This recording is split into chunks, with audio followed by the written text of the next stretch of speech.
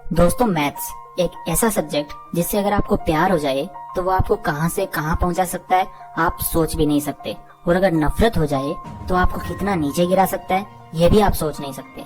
Maths की full form जो आप और मैं अपने दोस्तों से रोजाना सुनते हैं कि मेरी आत्मा तुझे हमेशा सताएगी। दोस्तों, आपको पता है एक छोटी सी लाइन एक इंसान के माइंड पर कितना बड़ा इफेक्ट छोड़ सकती है। पहली बात तो ये कि ये लाइन ही गलत है, आपको भी पता है, बट ये एक नेगेटिव इफेक्ट छोड़ सकती है हमारे माइंड पर। मैथ्स की एक ऐसी इमेज क्रिएट कर देती है हमारे माइंड में कि हमें मैथ्स का नाम सुनते ही वहां से चले जाने का मन करता है। बिकॉज आप जो भी अपने मन में बोलते हो वो डायरेक्टली आपके माइंड को इफेक्ट करेगा। जैसा आप सोचते हो आप वैसे ही बन जाते हो। इसलिए मैथ्स के बारे में आज से पहले आपने जो भी सुना है या जाना है, आज इस वीडियो में वो सब क्लियर होने वाला है। मैं आपके लिए मैथ्स को इतना इंटरेस्टिंग सब्जेक्ट बना दूंगा कि आप अभी इस वीडियो को देखने के बाद सबसे पहले मैथ्स को लेकर पढ़ने बैठोगे। तो दोस्तों, और आज मैं आपको बताऊंगा how to grow interest in math subject to score highest in every exam, so let's begin. दोस्तों, इस वीडियो को पूरा देखना, बिकॉज इस वीडियो के एंड में मैं आपको एक गजब की शॉर्ट ट्रिक बताने वाला हूँ जो आपको बाकी कहीं नहीं मिलेगी। दोस्तों, सबसे पहले मैथमेटिक्स जो वर्ड है उसका मीनिंग समझ लेते हैं। इसका ओरिजिन एक ग्रीक वर्ड मैथेमा से हुआ है, जिसका मतलब होता है लर्न करना, इंक्वायरी करना। अब आप ये सोच रहे हो कि मैं आप सबको ये क्यों बता रहा हूँ। भाई, जिस सब्जेक्ट को आप पढ़ने जा रहे हो कम से कम उसका रियल मीनिंग तो पता होना चाहिए ना, करेक्ट मीनिंग। अगर कल को आप एक मैथ्स टीचर बन गए और स्टूडेंट ने आपसे पूछ लिया तो आप उसको ये थोड़ी बताओगे कि बेटा मान जा वरना मेरी आत्मा तुझे हमेशा सताएगी, नहीं ना। चलो अब आते हैं मेन टॉपिक पर कि भाई मैथ्स बहुत ज्यादा डिफिकल्ट है और ये कैलकुलेशंस और ये मल्टीप्लिकेशंस, ये नंबर्स, दिमाग घूम जाता है यार। अगर कोई ये बता दे कि इसको इजी कैसे बनाएं तो ये मान लो कि मोक्ष मिल जाए इस जालिम दुनिया से। सेंटी होने की कोई जरूरत नहीं है। मैथ्स को इंटरेस्टिंग कैसे बनाएं, दिल थाम के बैठो और सुनो। मैथ्स जो है ना वो एक सब्जेक्ट नहीं है, वो एक नीड है, बेसिक नीड, जिसे आप चाहो या न चाहो आपकी पूरी लाइफ में इससे आपको दो चार होना पड़ेगा। आप चाहे किसी भी जॉब में चले जाना, कुछ भी कर लेना, बट मैथ्स आपका साथ नहीं छोड़ेगी। तो इसका मतलब ये हुआ कि मैथ्स तो हमारा जीवन साथी है भाई, इससे तो प्यार करना ही पड़ेगा, चाहो या ना चाहो।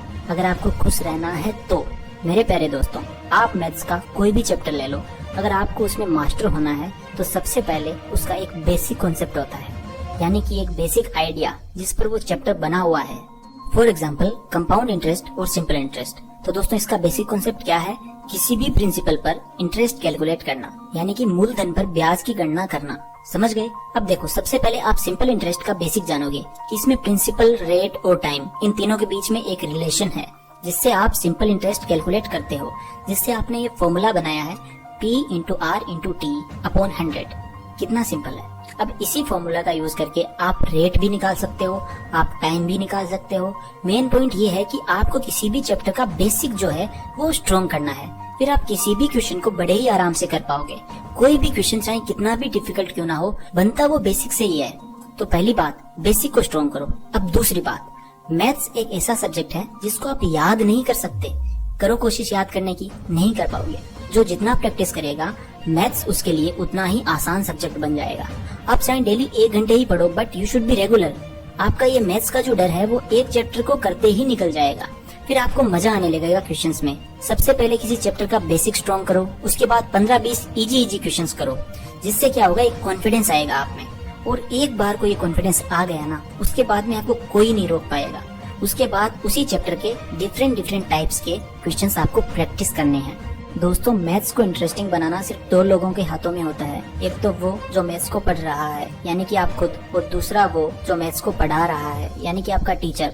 अगर टीचर खुद ऊपर से पढ़ा रहा है, बस रटाई जा रहा है फॉर्मूलाज को, तो स्टूडेंट के लिए मैथ्स एक बर्डन बन जाएगा, उसको उससे नफरत हो जाएगी। इसलिए आपको चाहिए ऐसा टीचर जो डेली लाइफ के गजब एग्जांपल्स देकर आपके लिए मैथ्स को इंटरेस्टिंग और इजी बना दे। तो आपके लिए मैंने काफी रिसर्च की इंटरनेट पर, तो मुझे क्यों मैथ के बारे में पता चला।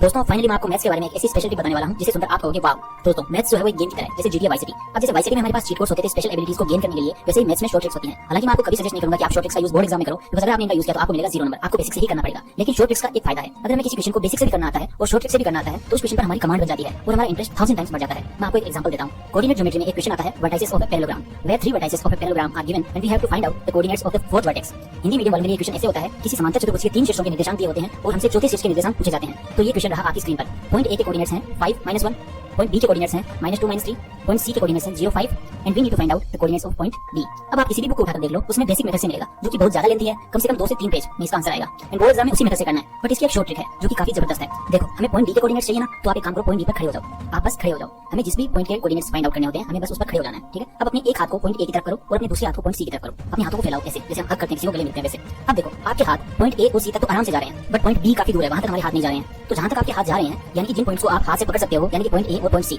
तो उन पॉइंट्स के कोऑर्डिनेट्स को जोड़ दो, और जहां तक आपके हाथ नहीं जा पा रहे हैं, उन पॉइंट्स के कोऑर्डिनेट्स को माइनस कर दो, यानी कि पॉइंट ए और पॉइंट सी के कोऑर्डिनेट्स को जोड़ दो और पॉइंट बी के कोऑर्डिनेट्स को माइनस कर दो, आपका आंसर आ जाएगा। तो करो कैलकुलेशंस, देखो 5 + 0 - -2, तो ये हुआ 5 - हो गया प्लस 2, आंसर आ गया 7। पॉइंट डी का एक्स कोऑर्डिनेट हुआ 7। अब वाई कोऑर्डिनेट निकालते हैं पॉइंट डी का। तो देखो, हाथ कहां तक जा रहे हैं, उनको जोड़ दो, -1 + 5, और दूर वाला जो है उसको घटा दो, उसको माइनस कर दो। तो -1 + 5 -3, तो ये हुआ 4, और माइनस हो गया प्लस, तो ये हुआ 4 + 3 7। तो ये हुआ वाई कोऑर्डिनेट पॉइंट डी का, और गारंटीड पॉइंट डी के एक्स एंड वाई कोऑर्डिनेट्स 7,7 होंगे। अब देखो, आपको ये शॉर्ट ट्रिक बोर्ड एग्जाम में यूज नहीं करनी है, वहां आंसर बेसिक कांसेप्ट से ही करना है, बट अपने आंसर को चेक करने के लिए, यानी कि आंसर सही तो है ना, इसको चेक करने के लिए आप इस ट्रिक का यूज कर सकते हो। इंटरेस्टिंग ट्रिक है ना। बस अगर आपको कोई ऐसा टीचर मिल जाए तो समझो मैथ से प्यार हो जाएगा आपको। दोस्तों, आप बात आती है जिनके अभी प्री बोर्ड एग्जाम्स होने वाले हैं, तो उनके पास तो इतना टाइम नहीं है, तो उनके लिए मेरा एक सजेशन है कि आप प्रीवियस ईयर्स पेपर उठा लो और उनके अलावा कोई क्वेश्चन मत करो। ट्रस्ट में, आपका प्री बोर्ड एग्जाम अच्छे से क्लियर हो जाएगा। लेकिन प्रीवियस ईयर्स के 5 साल के क्वेश्चन पेपर आपको अच्छे से करने पड़ेंगे, और अगर जैसे मैंने बताया वैसे पढ़ते हो, तो बोर्ड एग्जाम में मैथ्स में आपको 100 आउट ऑफ 100 आने से कोई नहीं रोक पाएगा। स्मार्ट वर्क और कॉन्फिडेंस, ये 2 ऐसी चीजें हैं जिनकी हेल्प से आप कुछ भी अचीव कर सकते हो इस दुनिया में, बिकॉज़ जो आप सोच सकते हो वो आप 100% कर सकते हो। आज की इस वीडियो में बस इतना ही। I am always with you and love you all.